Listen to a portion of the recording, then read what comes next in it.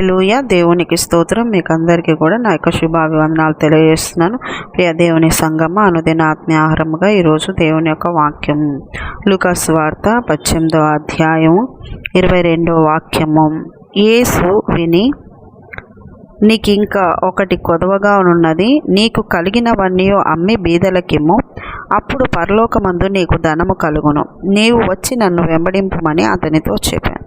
హల్లెలూయా. దేవునికి స్తోత్రం. ప్రియ దేవుని బిడ్డలారా, ప్రతి క్రైస్తవుడు కూడా ఒకటి తెలుసుకోవాల్సింది ఏంటంటే, క్రియలకు దేవుడు బహుమానం ఇస్తా అన్నాడు, క్రియలకు జీతం ఇస్తా అన్నాడు.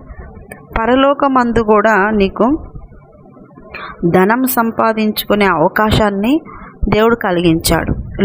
ఈ లోకంలో శరీరంతో ఉన్నప్పుడు నువ్వు ఇక్కడ ఏ క్రియలు అయితే చేస్తావో ఆ క్రియలను బట్టించి పరలోకమందు నీకు ప్రతిఫలం అనుగ్రహించబడును, జీతం ఇవ్వబడును, సత్క్రియలను బట్టించి బహుమానం ఇవ్వబడును. అదేవిధంగా ఒక వ్యక్తి వచ్చి అడుగుతున్నాడు, సద్బోధకుడా, నేను పరలోక రాజ్యంకు వారసులను కావాలంటే నేనేం చేయాలా అన్నాడు. అయితే దేవుడు అన్నాడు, అబద్ధాలు ఆడొద్దు, దొంగతనం చేయొద్దు, నరహత్య చేయొద్దు, తల్లిదండ్రికి విధేయులు ఉండాలి, ఇలాగా 5 పాయింట్లు దేవుడు చెప్తాడు.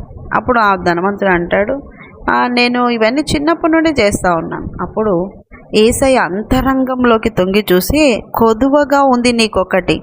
దేవుడు అంతరంగ పరిశోధకుడు. అంతరంగంగా పరిశోధించి కొదువ ఉన్నది చెప్పినప్పుడు భలే బాధ, భలే వ్యసనం, భలే కోపం. నిజంగా నీ ధనవంతునికి కూడా ఒకటి కొదువగా ఉందని యేసయ్య కనుక్కొని, నీకు ఇచ్చే బుద్ధి లేదు కనుక నువ్వు ఏం చేస్తావంటే, నీకున్నటువంటి ఆ యొక్క ధనాన్ని, ఆస్తిని అమ్మి బీదలకు పంచిపెట్టు అన్నాడు. అంటే అంత గొప్ప ధనవంతుడు కొంచెం అమ్మేనా సరే ప్రభువా ఇస్తాను అనొచ్చు కదా. జక్కయ్య ఎంతో సంపాదించినాడు, అయినా అది అన్యాయంగా సంపాదించినానని యేసయ్య ఏం నోటితో చెప్పకముందే ఆయన ఒప్పుకొని పటాపట్న ఒక్కటి తీసుకున్న వ్యక్తి దగ్గర 4 వంతులు చెల్లించినాడంట. ఎటువంటి మనసు రావాలి యేసయ్య బిడ్డలకి అంటే, ఇచ్చే మనసు రావాలి, ఇచ్చే మనస్సు. అదిగాక బీదలైతే తిరిగి మళ్ళీ మీకు ఇచ్చుకోలేరు, బీదలు తిరిగి మీకు ఇవ్వలేని పరిస్థితి. కాబట్టి దేవుడు వారు తిరిగి ఇవ్వలేదు కాబట్టి దేవుడు నీకు తిరిగి ఇచ్చేవాడుగా ఉంటున్నాడు. హల్లెలూయా. అందుకని దేవుడు చెప్తాడు, నీకు ఒకటి కొదువగా ఉంది, నువ్వు బీదలకి ఇచ్చే మనసు కలిగి ఉండు, నీకు కలిగినది అమ్మి నువ్వు బీదలకి అంటే, ఈ ధనవంతుడు మిక్కిలి ధనవంతుడైనందున ఎంతో మనసు నొచ్చుకొని వ్యసనపడుచు అక్కడి నుండి వెళ్ళిపోయినాడంట. ఆ బీదలకి ఇచ్చిన తర్వాత నువ్వు నన్ను వెంబడించు అంటే, దేవుణ్ణి వెంబడించే వ్యక్తులు ఇచ్చే గుణముతో పాటు ఆయనతో ఉండేటువంటి మనసును కలిగి ఉండాలా. ఆయన ఉంటే చాలు, నాకు ఈ డబ్బుతో ఏమీలే అనే మనసు ఉండదండి. చాలామంది డబ్బును చూసుకొనే వాళ్ళ ఆస్తులను చూసుకొనే యేసయ్య మమ్మల్ని దీవించినాడు, యేసయ్య మమ్మల్ని ఆశీర్వించినాడు, పోనీ ఆశీర్వాదాలని దీవించినవన్నీ వేరే వాళ్ళకి మీకు తిరిగి ఇవ్వలేని వాళ్ళకి ఏదైనా హెల్ప్ చేసి దేవుని వెంబడించే మనసు ఉందంటే అట్లా ఉండదు. ఇచ్చే మనసు ఉండదు, పిసినారితనాలుగా ఉంటారు.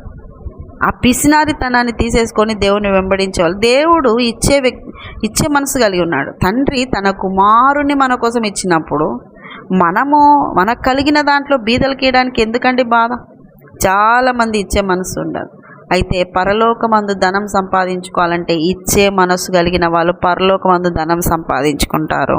పరలోకమందు ధనం సంపాదించుకుంటే దేవుడు ఆ ధనాన్ని బట్టించి మీకు నిత్య రాజ్యములో వారసులుగా, మీరు చేసిన క్రియలను బట్టించి మీకు నిత్య రాజ్యంలో వారసులుగా మిమ్మల్ని చేస్తాడు. హల్లెలూయా. ఆయనను వెంబడించే వాళ్ళు ఇచ్చే మనసు కలిగి ఉండాలి. ఆయనను వెంబడించే వాళ్ళు ఆదరించే మనసు కలిగి ఉండాలి. ఆయనను వెంబడించే వాళ్ళు ఒకరి పరిస్థితిని చూసి జాలి కలిగిన మనసు కలిగి ఉండాలి. ఉందా? మీకు ఇచ్చే మనసు ఉందా? కనుక ఈరోజు ఈ వాక్యం వింటున్న మీరు ఇచ్చి బీదలకు ఇచ్చి వారిని ఆదుకోండి. తర్వాత దేవుణ్ణి వెంబడించండి. తిరిగి ఇయ్యలేని వాళ్ళకు సహాయకరంగా ఇచ్చి దేవుణ్ణి వెంబడించండి. అప్పుడు వాళ్ళు అనుకుంటారు, యేసయ్య పిల్లలు ఎంత మంచి మనసు కలిగింది. అటువంటి బిడ్డలుగా మీరుంటే దేవునికి మంచి పేరు వస్తుంది. అటు కృప మీకు అందరికీ కూడా కలుగునుగాక. ఆమేన్. చిన్న ప్రార్థన చేసుకుని యేసయ్య నీకు వందన నిజమేనైనా చాలా మంది పిసినారితనాలుగా ఉంటారు, బీదలను ఎక్కిరించేవారుగా ఉంటారు, బీదలకు సహాయం చేయకుండా ఉంటారు, బీదలను అవమానించేవారుగా ఉంటారు. అలా కాకుండా యేసయ్య నిన్ను నమ్మిన ప్రతి బిడ్డ బీదల విషయంలో చేజాపుతూ, బీదల పట్ల కనికరాన్ని చూపుతూ, బీదల పట్ల జాలి కలిగిన మనసు కలిగి సహాయం చేసే మనసు దయచేయమని, విన్నవారిని అందరినీ దీవించి ఆశ్రయించమని యేసు పరిశుద్ధ నామములో అడుగుతున్నాం మా తండ్రి. ఆమేన్, ఆమేన్. యేసు రక్తమే జయం, సిలువ రక్తమే జయం. ప్రవేశనామానికి సంపూర్ణ విజయం కలుగును గాక. Amen, amen, amen. Good morning. Praise lord. దేవుడు మళ్ళీ దీవించును గాక. ఆమేన్.